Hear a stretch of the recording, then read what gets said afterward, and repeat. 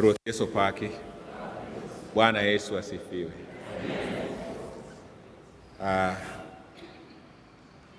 Provost of St. Stephen's Cathedral, the management of the church, together with the Bishop of the diocese, we want to thank you so much for enabling us to be here this afternoon. We might relapse into Greek, but know that we are not taking it for granted that you gave us permission through the Bishop to be here today. Adwa kawo thuolo ni mondo agonu erokamano uduto te kuom rwakowa kendo kuom miyowa thuolo mar biro mondo walem kodu odiechieng' ma kawuono e kanisa wa ma St. Stephen's Jogorod kendo diocese wa ma Nairobi.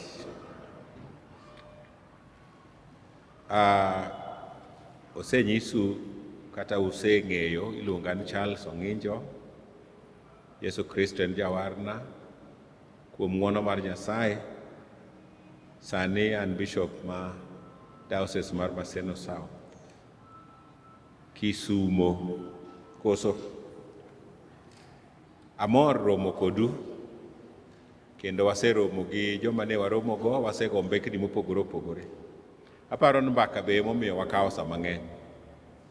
Koro ung'won kodwa. Mbaka iye otwere kabisa.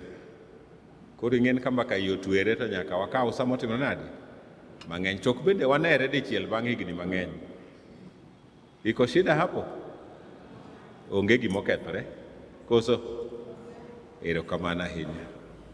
I like us to reflect on the reading that was read to us, Matthew 28. Nitakuwa nikichanganya mondo kik jogi par ni wabiro kuodhogi. Koro abiro wacho weche ma en be onyalo winjo. Sama ne aiko wachna ni be ne aike kaparo kaka Musungu, koro abiro wacho gi Kisungu taloko gi Dholuo. Kama osomnwa no iluongo ni Great Commission. Great Commission en command manene Yesu Kristo ochikogo jopuonjrene kapok odumo dhi e polo. To weche nitie kanyo ma tekre gi ng'eny ahinya. Nowacho ni teko duto e polo kendo e piny osemiya. Koro dhiuru mondo ulok ji obed jopuonjrena. Okamano. Go and make disciples of all nations, baptizing them in the name of the Father and of the Son and of the Holy Spirit. He did not end there. He continues to say, teaching them to observe all that I have commanded you, and behold, I am with you always to the end of age. Adwaro connect Great Commission gi weche ma Yesu Kristo wuon nowacho kane odhi lemo e synagogue kendo ne osomo scripture ma bende wanwang'o e Luka 4 kwan matindo 18 to kod 19. Kama nowacho ni Roho mar Nyasaye ni kuoma nikech osewira mondo aland wach maber ni jomodhier, oseora mondo aland ni joma chando ni koro gibiro dwang'o liberty to the captives, recovering of sight to the blind, and set liberty those who are oppressed, to proclaim the year of the Lord's favor. Ayiero passages ariyogo nikech aparo ni waduto kanisa to gi wan ma wan ka kaka grubwa mar Lembdholuo, gima watimo in the context of mission. Kendo kane wago mbaka to ne wanwang'o ni tich maduong' momiyo unitie kendo momiyo uriworu kaka jomoa kocha modak Nairobi ka en tero injili. Okamano. Kendo aseromo kodu kinde ka kinde ka utero injili e kanisni mopogore opogore, omiyo wakawo wach mane Yesu Kristo owacho ni matek. Kendo adwa ni wang'e ni Great Commission is also directed to us. Seche moko wanyalo paro ni nowachna jolup Kristo, to kara wan bende it was directed to us. So it is important to ask a question. What does it mean?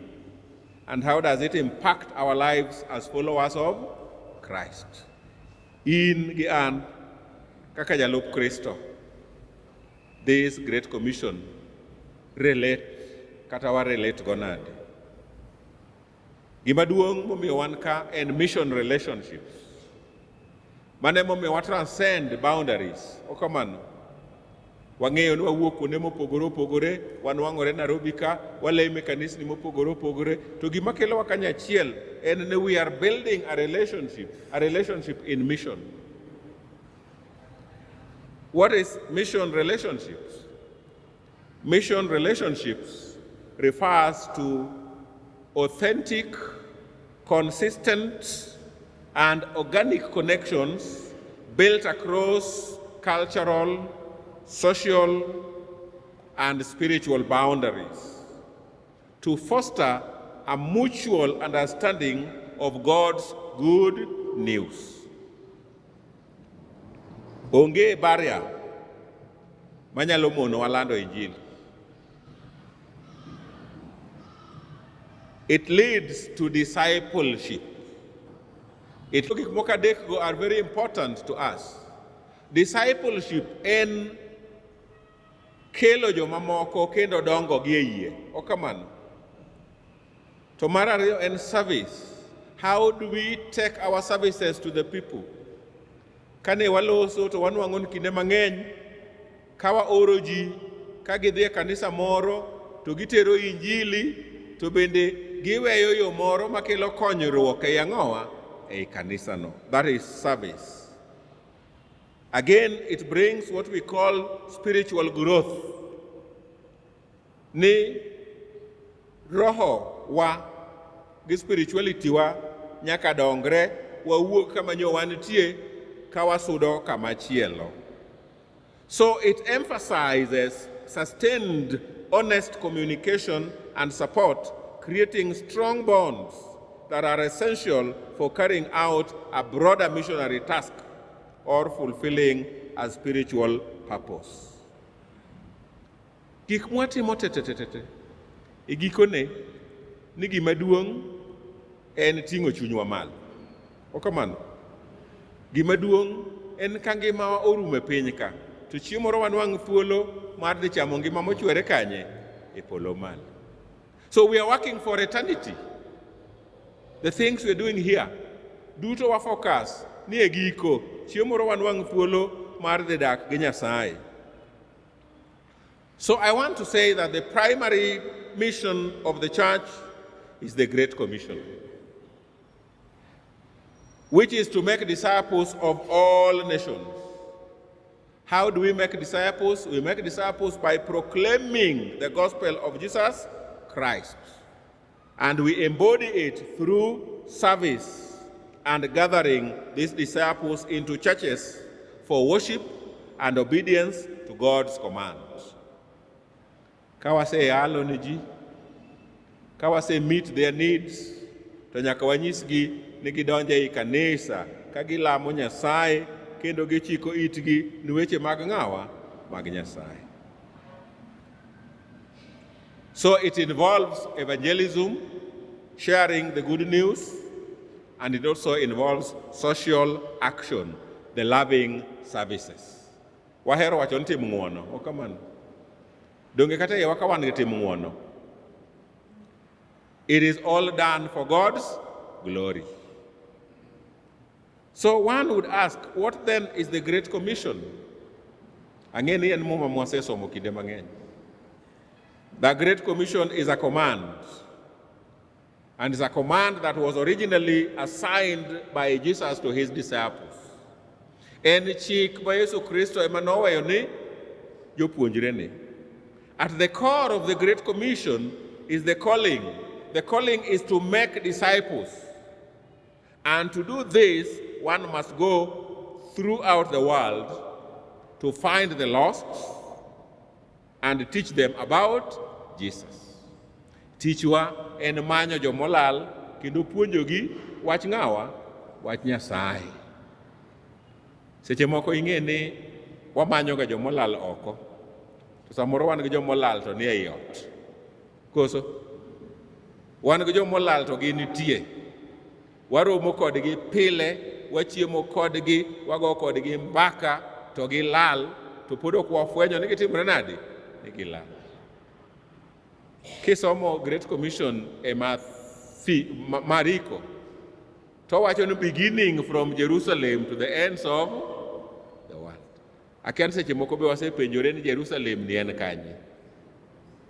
Adwaro kawuono warangi en Jerusalem ni en kanye, nikech Jerusalem bi opogore gi mara.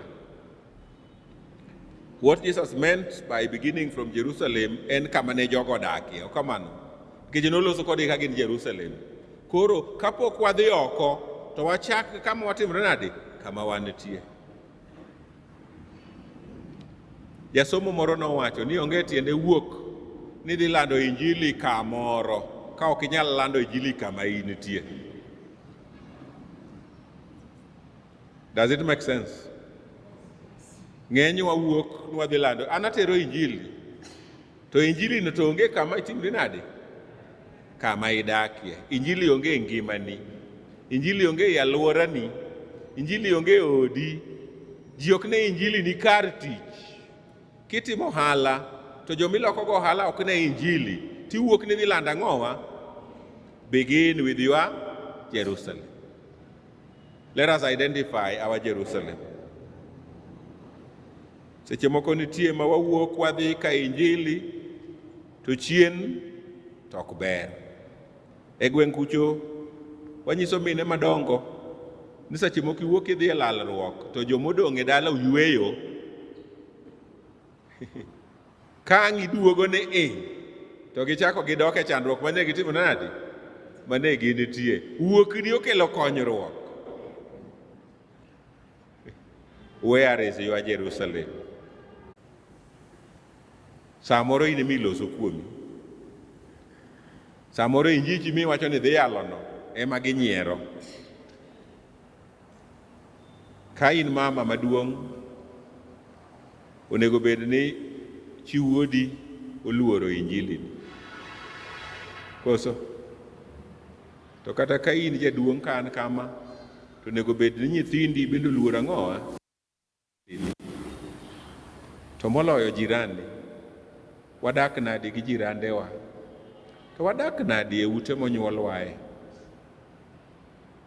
Chiemo nadhi kamoro, tayudo ni ji mang'eny nitie modak ma kata kaka tinde ng'ato ka ng'ato nigi simni, kata nyathiu monyuolu e ot kia namba simbi. Donge timore? Nikech ok uonge tudruok. Ta alamo Nyasaye, ni Nyasaye omiwa ng'wono mondo wadog back to the rubrics, mondo warang relationship building, nikech mane gima duong' mane Yesu Kristo oweyo, ni mondo wa build relationships. Ka wa build relationships, to barriers maseche moko kelo tuomruok e kindwa, mamiyo ok wanyal winjore. Ohinga mar sigu Yesu timre nade? Muko. To kose muke to miyo wa thuolo mar bedo gimoro achiel, nikech wan nyithind ng'awa? Nyithind Nyasaye. The Great Commission is the foundation of all missions. It is a call to evangelism, it is a call to discipleship, and a call to obedience of Christ's commands. Jesus commissioned to his disciples to go and make disciples of all nations. It's not only a command to grow in numbers, but also to disciple. Ka wasenwang'o converts, tich maduong' ma wan go en ni mondo wapuonjgi. Wami gidong e ang'owa e yie. Wami gibear fruit. So making disciples involves more than just leading people to salvation through the gospel message. It consists of teaching them the principles and practices of the Christian faith and helping them grow in their relationships with God and one another. Nika wase yie Kristo, wase puonjo ji borwako yie, to koro nyaka wapuonjgi kaka gidwa dak gi jowetegi kendo kaka gidwa dak ka giluoro Nyasaye.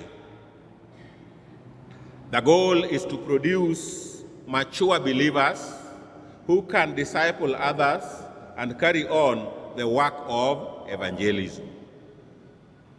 Ei grubwa ka nyaka wabed joma create leaders of different generations. Kawa ng'eyo ni kiny kawa dok dala, to kawa duogo chien koni to wanwang'o ka joma ne wamako lwetgi koro gibende ginitie to gimedo mako lwet jomoko. Ka warango Luka 4 kwan matin 18-19. This is a passage where Jesus in the Nazareth reads from the scroll of Isaiah 61, verse 1 and 2, declares that the prophecy is fulfilled in his public ministry. He states that the Spirit of the Lord is upon me. He has sent me to proclaim good news to the poor, liberty to the captives, recovery of sight to the blind, and to set the oppressed free, and to proclaim the acceptable year of the Lord. This passage equally outlines Jesus' mission to bring salvation. Owacho ni gima duong' momiyo Yesu Kristo nobiro e piny ka ni mondo okel warruok. To warruok biro gi chang, kendo ogolowa e chandruok duto maseche moko wasebedo ka wanetie. Liberation to the downtrodden and the oppressed, as well as to provide spiritual freedom and the favor of God. Seche moko kwasomo muma, to muma ulose e yao wenge ji. Seche moko waparo mana muofu mok nen. To seche moko nitie ma wadak in spiritual blindness. Wan gi wenge maneno, to chunywa to is in darkness. Nikech weche mag piny, weche mag jachien omakowa kendo otweyowa. Koro joma neno wato neno nwa neno, to kara ngimawa onge ler, nikech wadak e ang'owa e mudho. Yesu Kristo biro gi toch mamenyo chunjewa. Toch mamiyo ka chunywa nie mudho, to chunywa koro neno ler, to waneno kaka waluwo ler kendo wawuothe ler. To ler wawuothe ka wanwang'o Yesu Kristo, ma watimo nend Yesu Kristo mobedo ruoth mar ngimawa. The verses we have read describe his purpose, that Jesus' mission was to bring the good news of salvation not only to the proud and self-sufficient, but to those who recognize their spiritual bankruptcy. Nitie gik mang'eny ma Yesu golo wae. Nitie gik mang'eny ma Yesu chango wae. Onyalo changowa from gima kisungu luongo ni spiritual bondage. Useneno joma nie spiritual bondage? Useneno jomoko ma kawuono oleme kanisa ni kiny ene moro cha, urucha ene macha. Ipenje to nyawegi ang'o mimanyo ga mapok inwang'o? en a spiritual bondage. Nitie jomoko ma are under demonic oppression, jachien ong'iewogi. Nyaka wayie mondo Yesu Kristo luok ngimawa mondo wachak wuoth manade manyien. Jomoko be are suffering from addiction. Ingen addiction ok en mana kong'o gi ndawa kende. There are many forms of addiction. Hello? Yadwa ni rangi gima ni biro nwango ni nitie addiction moro ma in go. You may think it is not a serious addiction, but it may be a very bad addiction. Christ has come to liberate us from all those. So it encompasses setting people free from all forms of injustice, whether emotional, spiritual, or physical. Rangie gimotwei madiher mondo Yesu Kristo ogonyie. Samane iwacho wechegi, gimane ni e tok wachni en ni ei tradition ma Jo-Yahudi ne nitie gimane giwacho ni the year of Jubilee. The year of Jubilee in the Old Testament ni a time of release from debt and slavery. E kinde mane gintie no, ne ka in gi gop ng'ato, to ng'ano ne nyalo kawi kaka misumba titiyo ne kuom kinde. To ne nitie sama nene inyalo wacho ni e higa ni to wayawo ne wafungwa wote. Koro kanyocha otweyi nikech nitiyo ne ng'ato ichulo gope, to koro timruok nadi oweni gope nigo. To mane ma concept ma Yesu Kristo birogo, ni ka Nyasaye oketo ji nyalo weyo ne jowadgi gopene, to wang'en en owuon to en gi teko mar weyonwa gopewa duto maonge gima nyalo chulo, nikech osechule koting'ore modhi otho e msalaba mar emo ochwer mondo in koda an wanwang' ngima. By proclaiming its fulfillment, Jesus announces that he has come to inaugurate a new era of God's grace and salvation. Emomiyo tich ma wan go e kanisa, the church's mission include proclamation of the gospel, wacho wach Nyasaye, sharing the message of Jesus Christ as Savior and Lord through words. Nyaka wahol, we must proclaim ni Yesu Kristo en Ruoth kendo en Jawar. Wach mar ariyo ma nyaka watim ei kanisa en making disciples. Nyaka wakel ji ma gibed jolup ng'awa, jolup Nyasaye kendo jopuonjre Yesu Kristo. This is not just converting people, but nurturing them into mature followers of Christ. Kama wantie ni wang'ere, nyaka wakonyre. Kineno nyawadu moro man gi yom moro e yie, man gi gimoro machando chunye, en tichwa mondo waluwe, wago kode mbaka, wabed kode gi lalruok pile pile, nyaka chieng' moro o overcome chandruok motimore nadi ma en gon. That is discipling people. Mar adek, we must worship God. Kaka koro wachokore mondo walam ng'awa, walam Nyasaye. Kik ibed ng'ama ok dhi kamilame Nyasaye. Gathering believers to worship and obey Jesus Christ in fellowship and spiritual growth. Mane momiyo wan gi kanisni mopogore opogore. Kane waloso ne uwacho na fellowships ma unitie mopogore opogore. To ei fellowships go nitie kanisni mudonje. Koro kwase leme kanisa to wachako warade fellowship to wajiwore. Omiyo adwan mondo encourage wa no wa attend regular fellowship.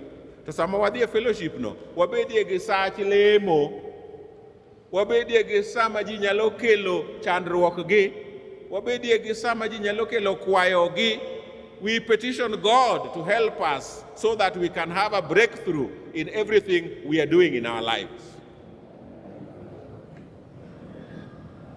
Bende, gima nyaka watim is service to others.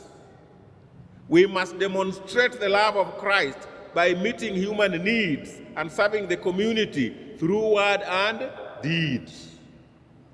We must be deliberate in our service, especially to the less fortunate members of our society, the vulnerable, those who may not have even something to eat.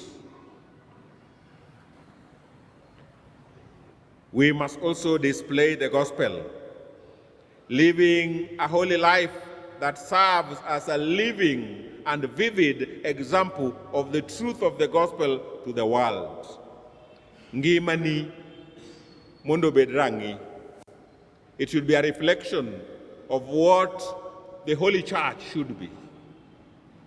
Obed ngima maka jomoko neno to ginyalo wacho ni macha ngima ma Nyasaye otimore nade oyiego. Seche moko penjo moro matek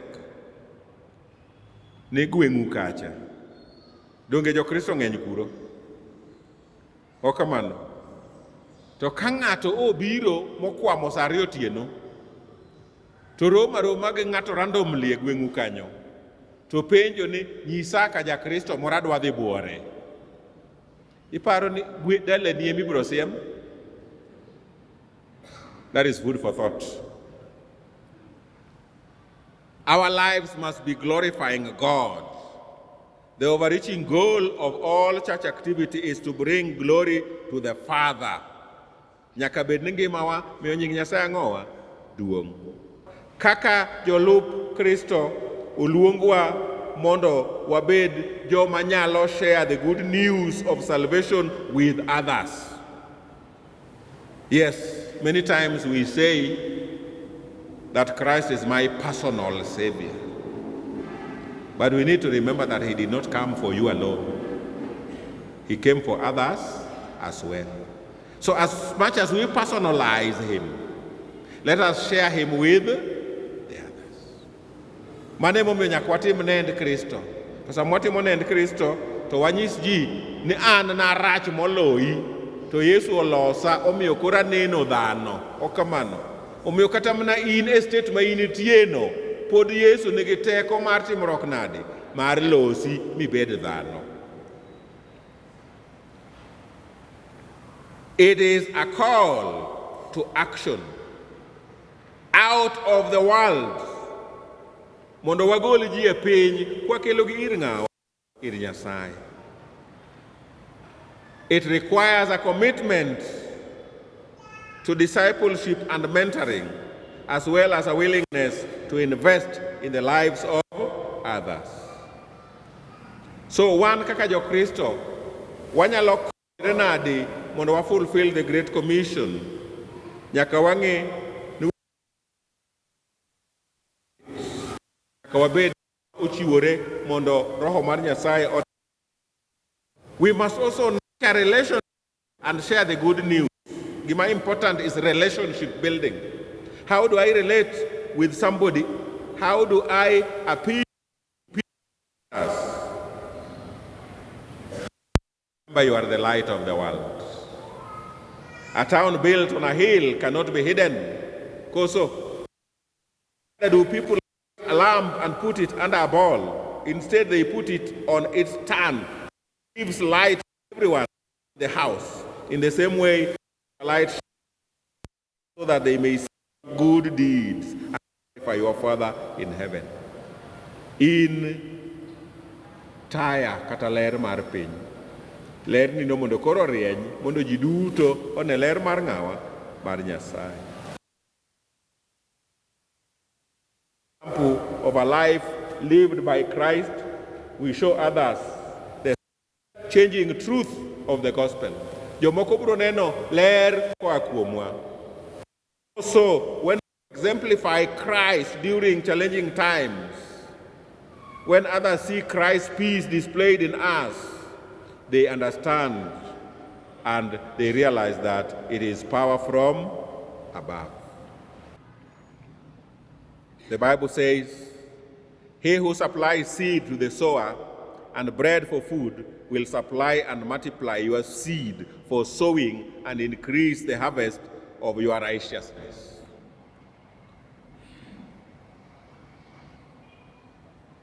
Mbegu mwa plant Nyasaye biro miyo dong mobed gimoro maduong' manyalo konyo moloyo kaka ne waparo. So even when we cannot physically be involved in spreading the word of God, sometimes we can be used to help send others. Koso, mana kaka sama udhi e mission donge ji duto ok dhi, to jomoko nitie mooro injili. Koro en tichwa mondo waor joma dhi tero injili kuonde motimo nadi mopogore opogore. Nyasaye luongowa to share the hope and love of Christ with those around us, to make disciples, to baptize new believers. So this is a call to live our faith and to obey Christ's command, knowing that he is always with us. Gimaduong' en ni mondo wa live our faith. Kik wabed joma weyo faith wa chien. Kamora mora ma wanitie, faith wa must be seen. It must be displayed. Megena mahero, kamora mora ma intie, obed karo handi.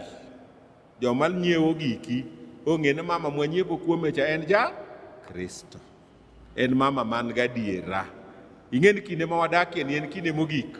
Nitie gik mang'eny matimore ma ok mi nying Nyasaye duong'.